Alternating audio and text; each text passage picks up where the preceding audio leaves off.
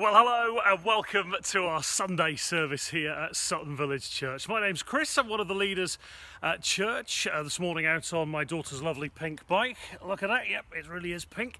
It's the only one I could find. This is our weekly time to come together as a church family and spend some time in God's Word and worshipping together. Now this week we're going to follow up some of the things we were talking about last week when we talked about the fact that as Christians we have to have faith that God is going to use this current crisis in a positive way, maybe in completely different ways for each of us.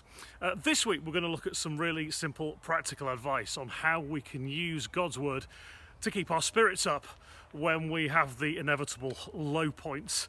How can we stay positive? By the way, for those that don't know, I give blood, and I gave blood for the first time at the end of last year, and for the first time in my life I found out that my blood type is, guess what? B positive. That's me all over, isn't it?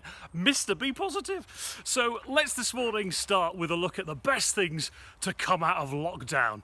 Now, when I did a search online for this, I found one newspaper managed to find 37 things.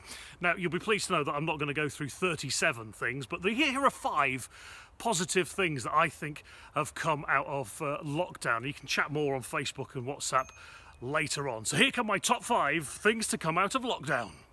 By the way, you didn't actually think I'd be able to cycle and talk to you at the same time, did you? But here we go. So 5 positive things that I think have come out of lockdown. First of all, I think we're doing more things for other people.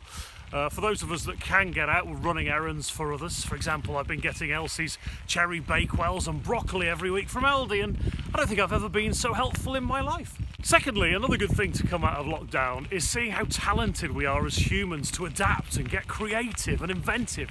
See my 17-year-old daughter Olivia working to try and home educate our 9-year-old Finley every morning. Some of the creative stuff that they've come up with has been amazing. Even doing these services on a Sunday and the Friday Club stuff and learning how to use different technology and even a puppet. God has so many different talents that he's given us, and I think there are so many coming to the fore in this crisis. Thirdly, I think for many people there has been more opportunity than ever for downtime. Not everyone, because I appreciate not everyone's had that, but I think for many we've had extra time to relax, spend time with the kids, interact through things like games and walks and family quizzes on Zoom, though I think there is still some cheating going on, bike rides and things like that.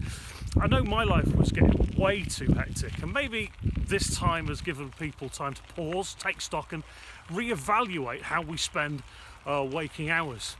Fourthly, I think we've learnt to respect ordinary workers doing extraordinary things for us throughout the community, from checkout operators, for example. They're suddenly our heroes. A couple of years ago, we did a series at church on Barnabas, the man who made a way for Paul to join the work of the disciples. It was called "There Are No Ordinary People." Now more than ever, I think that is true, not just as a church and in a church life, but also in the community. Never again will I take Dave the hairdresser on Junction Lane for granted, although Olivia did do a very fine job tidying up my mullet earlier on this week. And fifthly, the final one from me is I genuinely think the air is fresher, don't you? Look at the blue sky. Unless it's just coincidence because I'm spending more time outdoors, but there are fewer cars on the road, there's hardly any planes in the sky. Surely the environment must have benefited in some way. Look, there's a lot of serious ill health around at the moment, and there are many businesses struggling to see a future. There are people struggling, I know that. But let's see this morning that there is an opportunity to jumpstart our positivity engine. More on that soon, but first let's sing together.